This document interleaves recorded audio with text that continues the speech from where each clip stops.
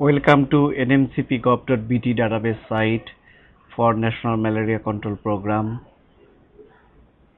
আমরা এখন দেখব কিভাবে MIS এ ডাটা এন্ট্রি করে। এখন আমাদের কি করতে হবে? ইন্টারনেট এক্সপ্লোরার ওপেন করতে হবে। তারপর অ্যাড্রেস বারে লিখতে হবে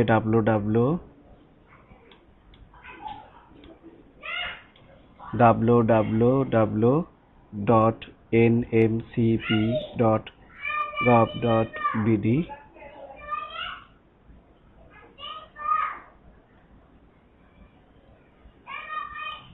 তারপর আমার ইউজার আইডি এবং পাসওয়ার্ড আমি দেব সিস্টেমে ঢোকার জন্য।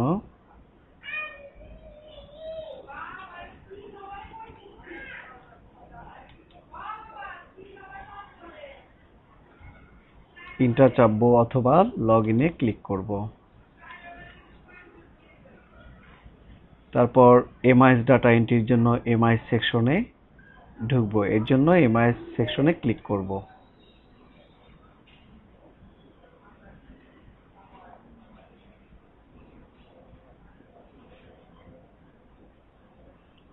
এটা নির্ভর করবে আপনার ইন্টারনেটের স্পিডের উপর, কত তাড়াতাড়ি সিস্টেমে ঢুকবে।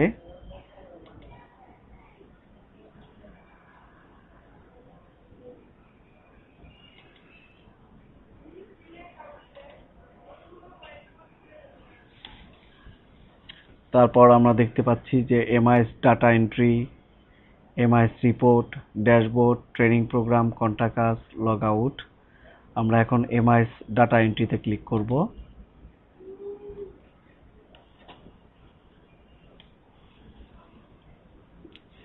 আমি ধরে নিচ্ছি কক্সবাজারের রামু উপজেলার এনজিও রিপোর্ট আমরা এন্ট্রি দেব। তাহলে আমি একটা মেমো নাম্বার লিখি, cox/NGO/mel/20011/3। আমি মেমো নাম্বারটার জন্য প্রথমে দিলাম ডিস্ট্রিক্টের নামের অংশ, তারপর উপজেলার নামের অংশ, অর্গানাইজেশনের নামের অংশ, তারপর এটা কি টাইপের রিপোর্ট, ম্যালেরিয়ার, এটা সনের একটা অংশ, তারপর মাসের 3। তারপর আমি এখন ডিস্ট্রিক্ট সিলেক্ট করব কক্সবাজার।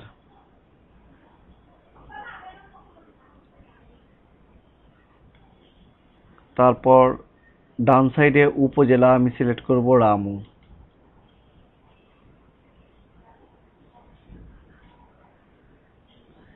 তারপর গভর্নমেন্ট অ্যান্ড এনজিও যেটা, সেটাই আমি এনজিও সিলেক্ট করব।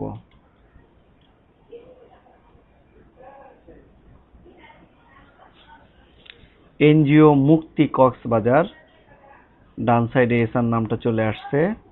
আমি ইনস্টিটিউশন এখানে লিখে দেব এনজিও মুক্তি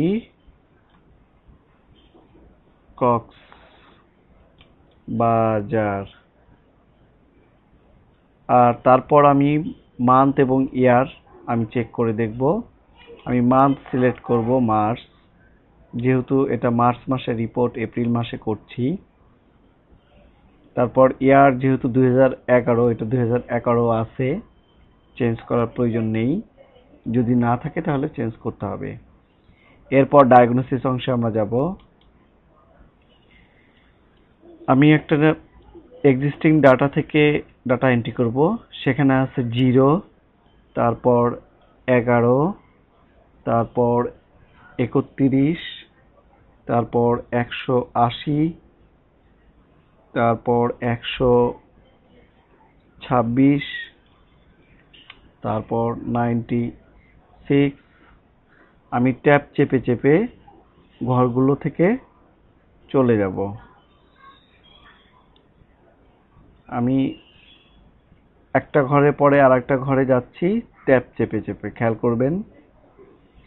এরপরে আমার ডাটা আছে PFA, পিএফ এ প্রথম দুইটা 0, তারপরে 1, 17, তারপর 15, তারপর 3। আমরা খেয়াল করব যে ডাটা এন্ট্রির সময় দেখা যাচ্ছে লাল কালার হয়ে যাচ্ছে, তার মানে হলো কোনো ভুল থাকলে আগের মতো লাল চলে আসে।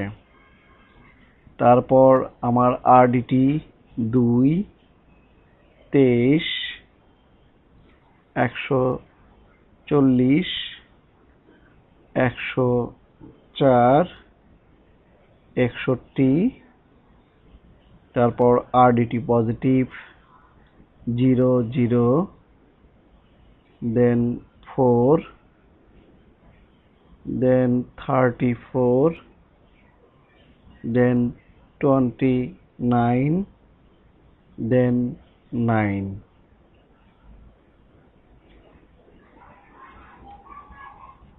আমার আরডিটিতে একটা প্রেগনেন্ট ওমেন ছিল, ওটা টাইপ করে দেব। দেখেন অটোমেটিক্যালি টোটালের ঘরে টোটাল টেস্ট ডান A+C এবং total test positive B+D automatically চলে আসছে। এরপরে ডায়াগনোসিস অ্যান্ড ট্রিটমেন্টের ঘরে যাব, ইউএম আমি এন্ট্রি দেই। ইউএমটা হলো ইউএমসি, আমরা মনে রাখবো আমাদের আগের যে ফরম্যাট ছিল, প্রথমে 5, তারপর 51, তারপর 44, তারপর 12। ডাটাগুলো অটোমেটিক্যালি ডায়াগনোসিসের ঘরে প্লাস হয়ে যাচ্ছে। আমি এখন দেখি এসএম এবং ভিএম এ আমার কোনো ডাটা নাই, কাজে আমি দিচ্ছি না। যদি থাকে তাহলে একইভাবে এন্ট্রি দেব। Total malaria cases UM plus SM plus VM এ ডাটাগুলো চলে আসছে।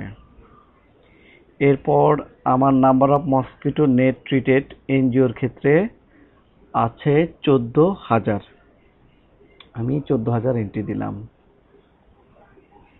তারপর আমি চেক করলাম malaria MIS report checking, total positive B+D ঠিক আছে, সবগুলো ইয়েস। তারপর পিএফ সবগুলো ইয়েস, তারপর পিভি সবগুলো ইয়েস। দেন আমি সাবমিট বাটনে ক্লিক করব। সাবমিট বাটনে ক্লিক করার পর আমি দেখব ডাটাবেস যদি কোনো ভুল না থাকে, সব ইনফরমেশন ঠিকমতো থাকে, তাহলে এটা সাকসেসফুলি হবে। দেখেন এখানে ইনফরমেশন সেভড সাকসেসফুলি চলে আসছে। ওকে, আমরা ওকে দিয়ে বেরিয়ে আসব। আমরা যদি রিপোর্টটা দেখতে চাই তাহলে কি করব, এমআইএস রিপোর্টে ক্লিক করব। এমআইএস রিপোর্টে ক্লিক করার পর একটা উইন্ডো চলে আসবে। আমরা যদি এখন যেটা করলাম এনজিও, তাহলে আমরা অর্গানাইজেশন এনজিওটা সিলেক্ট করব। তারপর এটা অ্যাকচুয়ালি এসআর লেভেল, আমরা reporting area SR level select করব। তারপর এটা ডিস্ট্রিক্ট কক্সবাজার, উপজেলা রামু, মুক্তি কক্সবাজার অটোমেটিক্যালি চলে আসবে। মান্থ মার্চ আসছে, ইয়ার 2011। অল ইনফরমেশন আমরা দেখতে চাই, এটা সিলেক্ট করব। তারপর ভিউ রিপোর্ট, এটাতে ক্লিক করব রিপোর্টটা দেখার জন্য। আমার রিপোর্ট চলে আসছে। দেখেন আমি যা যা এন্ট্রি দিয়েছিলাম সবগুলোই চলে আসছে।